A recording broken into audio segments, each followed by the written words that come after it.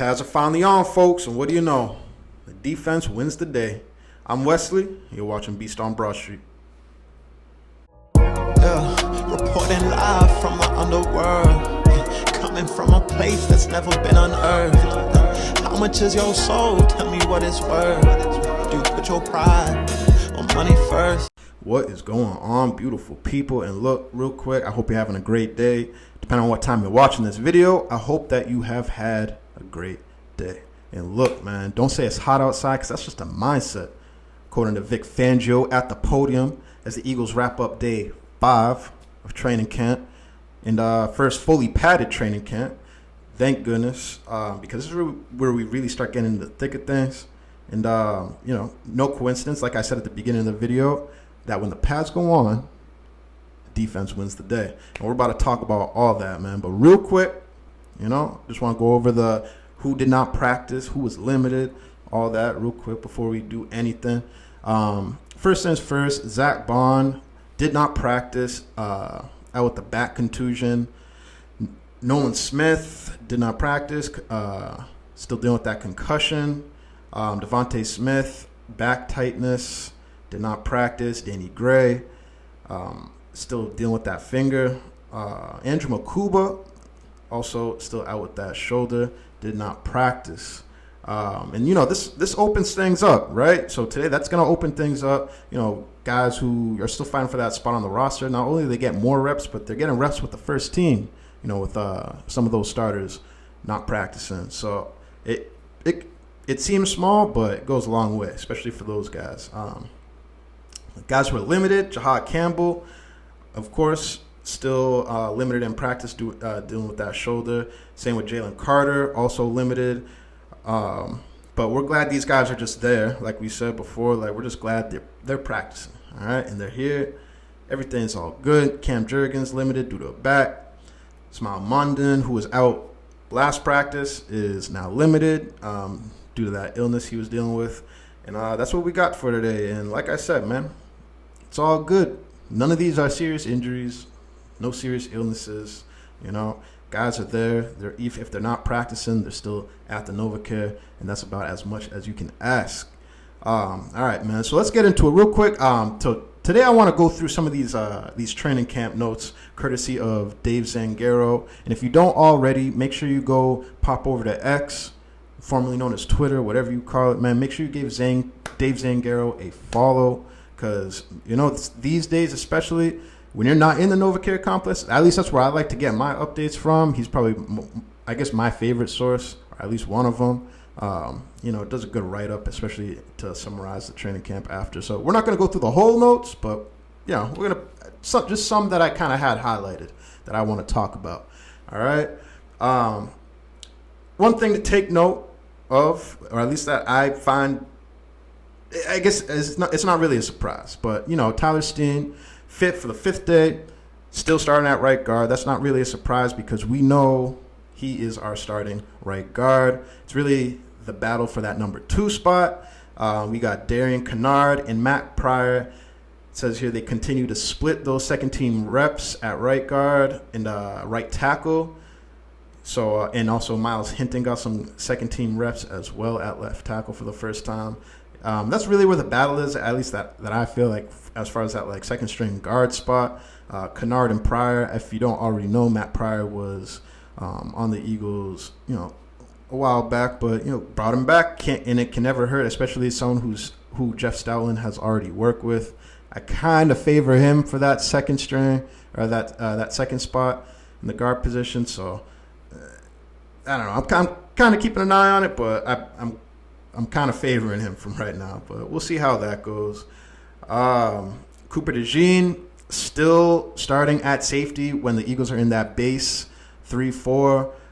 Definitely something to kind of keep track of as training camp progresses. Sidney Brown is the safety next to Blankenship when the Eagles go into their nickel package, obviously because Cooper DeJean is moving down into that nickel position. So again, just something to keep track of. With Makuba out, Sidney Brown is definitely going to be eating up those reps.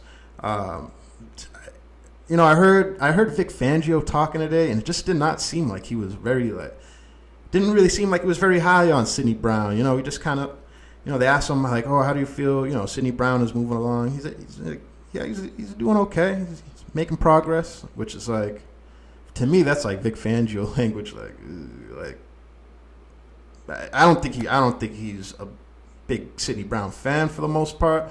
Obviously, you're gonna use him for the depth, and you know, he's still young. He's got a lot of pop, but you know, to me, he's kind of a liability in coverage, and hopefully, you know, he can get better at that. But that's what we're dealing with right now with Makuba out. So definitely, you know, I've been preaching it before. I don't want to go on that rant again today. But yeah, Eagles need to get another DB, safety. Safety for sure, cornerback for sure. I'd just love to see how he added someone there. But again, I feel like I beat that to death yesterday. So with Zach Bond out, and I'll read this for you real quick. The top linebackers today were Jeremiah Trotter and Jahad Campbell, but fellow rookie Smile Mondon Jr. and Lance Dixon got some first-team looks as well. Like I said, with Zach Bond being out, Nakobe Dean being on the PUP list, still trying to work his way back, it's good for, like, we want to see Trot Jr., man. We want to see him getting these reps. Obviously, Jahad Campbell being a rookie, we know what his, like, the potential that he has, Jahad Campbell. We know that this dude can be he is a freak athlete, but we know there's like so much untapped potential there, and I can't wait to see how that kid develops, you know, as time goes on. But it's nice to see Trot Jr., man, getting some extra reps. I'd love to see like what he could become as well. I know we kind of have a loaded linebacker room for the most part, which is honestly strange to say, as I don't remember the last time we had a linebacker room where it was just everything which is solid and locked up, or at least it felt that way going into camp. But yeah, you know, I'm just glad to see Trot out there, you know, making plays. He's been having a pretty good camp for the most part. So just real quick, Nakobe Dean, like I said, on the PUP list, and him and Zach Bond, they watched from the sideline today, which is also good because, you know, just from a leadership standpoint, these young guys, Trot Jr., Jahad Campbell, like they can still learn so much from them. Even it's not the same, you know, when they're also suited up and on the field with them. But, you know, just the fact that they're out there leading, just kind of, you know, they can still give them those pointers, and it's going to help immensely in the development of a Trot Jr. and a Jahad Campbell. So that's great to see. Some plays that were made today by those linebackers, a lot of them, not a lot of them, but it says here, you know, gave Dallas Goedert a bit of a tough practice today.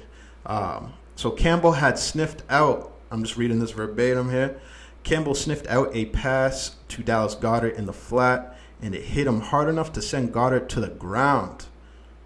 Campbell tried to catch him before Goedert hit the ground or hit the field and quickly apologized to him. It says the day before, Campbell tried to punch the ball out from Tanner McKee, which is normally a no-no to do to a quarterback in training camp, as we all know. Try to lay off that red jersey as much as you can. But it's definitely nice to see Jahad Campbell is still playing with that fire, man. The fact that he's first day of pads, he's popping Dallas Goedert, you know. Like, you know, he's not trying to hurt anybody, but, you know, just like to see like the fire from first day with the pads on. That's the energy that you like to see from a rookie, you know. It says here Trotter had a great rep in coverage against Goedert on a fade thrown into the end zone. Trotter was with Goddard step for step and broke up the pass. That's a tough assignment for any linebacker, but Trotter came through, which I entirely agree with, man. That is impressive, which we know, like, Trotter isn't the biggest linebacker, but he just knows where to be. High IQ guy, high awareness guy, which is important to have at that, you know, if you're going to be playing that off-ball linebacker position. Coverage is a must in today's NFL. So for Trotter to be sticking, you know, side by side with Goddard, even if it is in the red zone, I get it, fade route, they're going to be step for step for the most part. It's kind of hard to I don't know, like get really just torched on a fade route in the end zone. He's gonna be close to him, but the fact that he was able to finish the play, again, not easy to do for any linebacker. So kudos to Trot Jr. there. What else we got here? It says Campbell and Trotter are playing together on the first team, and they're competing for a starting job next to Zach Bond. So we'll see how that goes. I mean, it's hard to believe anybody but Jahad Campbell will be alongside Zach Bond, but as we learned from last year's training camp, just because, it's going one way in camp doesn't, I don't know. Like, nothing's guaranteed, especially when you're on Vic Fangio's defense. So, still going to keep an eye on it, but Jahad Campbell just looks like, he's a freak, even though there's been some reports of him kind of struggling to keep up with linebackers out of the backfield, even though, for the most part, Jahad Campbell is pretty decent in coverage and has the potential to be, very special in that field. So, again, keep an eye on it. Keep a close eye on it. Just from what I saw today, not just from these notes in particular, but just notes overall that I was following, it seemed like it was all the focus today was mostly in the red zone.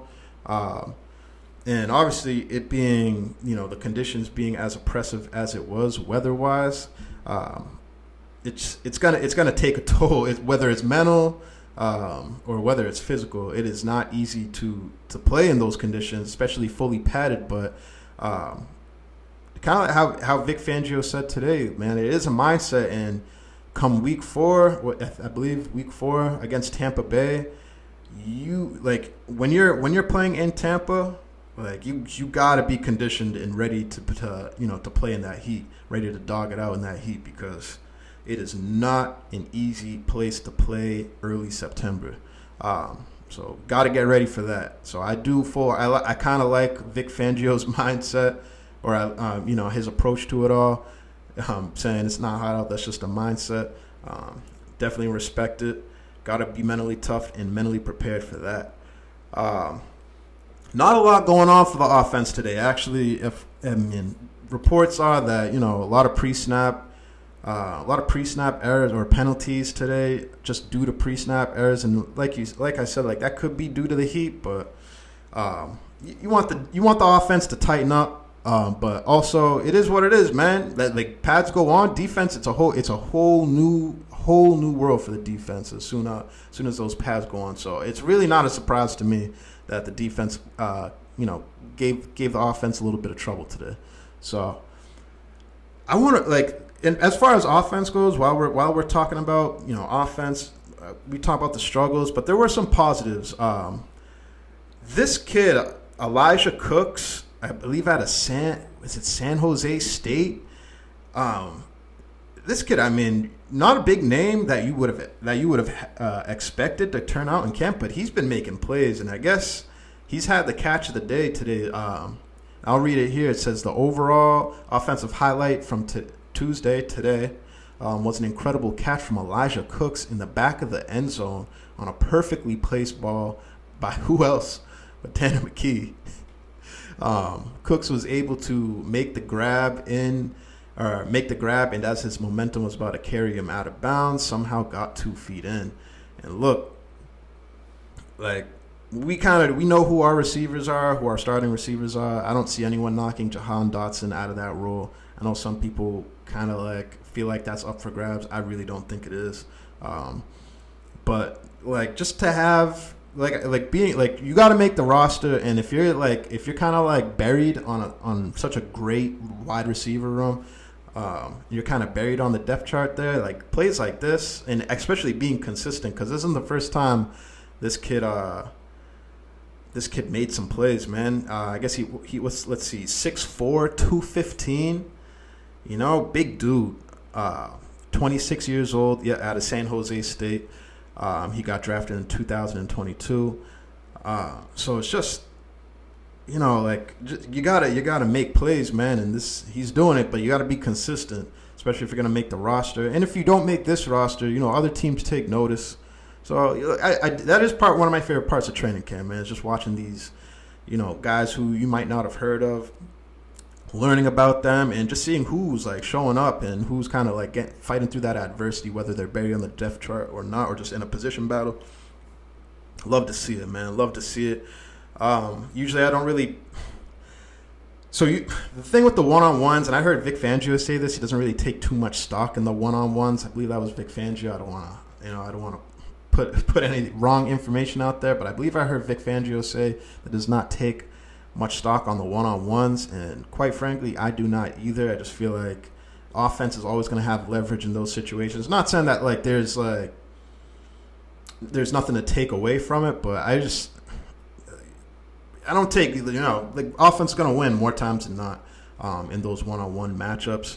But I do want to highlight this just because as much as I've been very focused on Keely Ringo and not only just Keely Ringo, but just that cornerback group in general who's going to be starting opposite Quinyon Mitchell. So yesterday I had said when the pads go on, I really hope I start hearing some good things at a camp involving Keely Ringo, and here seems to be one of them. Again, this is one-on-ones, so offense has the leverage. It says Keely Ringo had 2 good reps against Terrace Marshall, who, if you haven't heard already, did go down in practice today. The Terrace Marshall, that is, wide receiver. I guess he had to go into the tent. We'll follow that. We'll monitor it and see how that, how he progresses through the week. But just thought I'd throw that out there. But back to it, Keely Ringo had 2 good reps against Terrace Marshall. The first was a pass breakup, and the second he had good coverage, and it looked like Marshall just stopped running the route. Take it for what it is, like I said, but having any type of pass breakup in a one-on-one drill for a cornerback is not easy. So good to hear that from Keely Ringo. We need him to win this job. We need him to win that starting job, and I expect him to win that starting job. Adoree Jackson, he's been starting with the first team, especially in 11 on 11 reps, which kind of gave you like a tell, usually that gives you the tell of like who's winning that battle currently. I guess he did not have a great day today, from what I heard. Had a DPI called on him, and just gave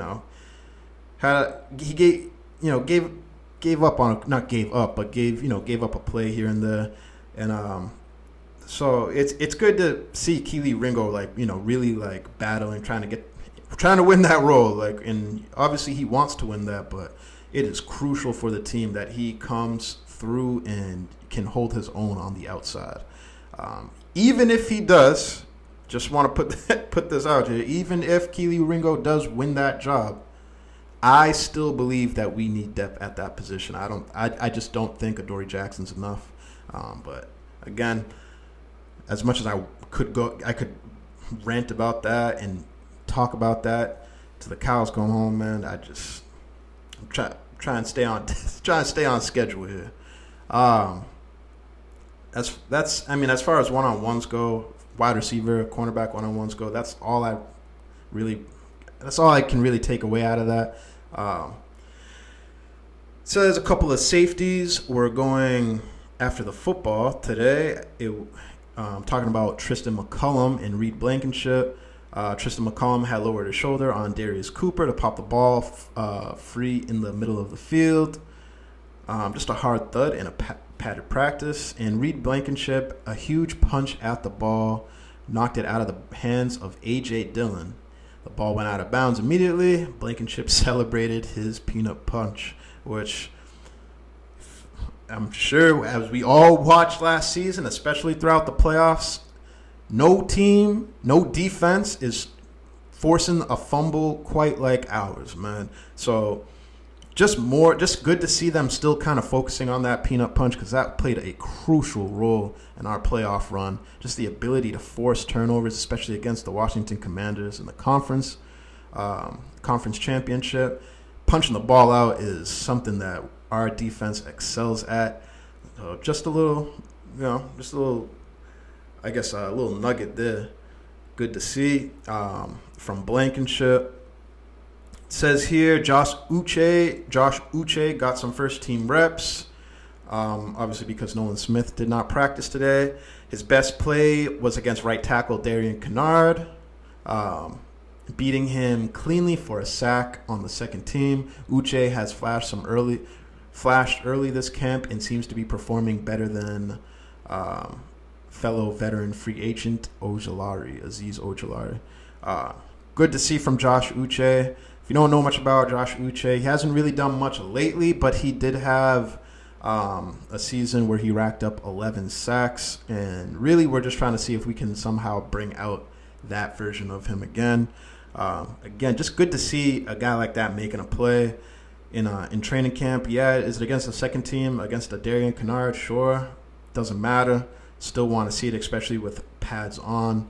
Overall, I guess as the practice kind of progressed, it was really just the defense just kind of giving the offense some problems today, man. Especially and like just hearing good news about Keely Ringo, which is what I was really looking forward to today. Glad that kind of came to fruition because we need Ringo. I know I said it 1,000 times, and I'm going to continue to say it. We need him to win that battle. I know some people, feel safety is more of a position of need right now. But in my personal opinion, I just don't feel comfortable if we enter the season with an Adoree Jackson starting opposite Quinyon Mitchell. I just not feeling that. Then that's not really to take away from who Adoree Jackson is, and the potential that he could still have to be something in this league. I don't want to go off of that. I don't want to go off of hope, and I don't want to have to go off of a 29-year-old Adoree Jackson to start the season. Just not ideal for me. And especially if Keely Ringo cannot beat him out in camp, that kind of says a lot more about Keely Ringo than it does Adoree Jackson. But yeah, I mean, that's kind of where we're at today. Like I said, Terrace Marshall got injured. He's been having a pretty solid camp, so you hate to see that. Or he went down. I don't know the severity of the injury yet, and we'll kind of follow that as the week progresses. I don't expect him to be back tomorrow. I'll say that. But again, kind of leaves it up for like an Ananias Smith, to kind of maybe make some noise. Or Johnny Wilson, who got some decent reps like during the. I think he got a couple reps in the Super Bowl too. Just to give those guys a little bit more, a little bit more time to learn, a little bit more time to, to kind of like get their bearings here, because you never know who you're going to need, man. That next man up mentality is real, especially with this team, as we know, not just from last season, but from seasons past. And, from the sounds of it, Ananias Smith hasn't been having a bad camp either. And they are getting a little bit more reps with the first team offense. Good to see. Great to see. And, that's overall not a bad day. Obviously, you hope the offense kind of cleans up, especially some of those pre-snap errors and penalties that they were struggling with today. And I'm sure they will. Who am I kidding? I'd be lying to say that I'm the slightest bit concerned about this offense.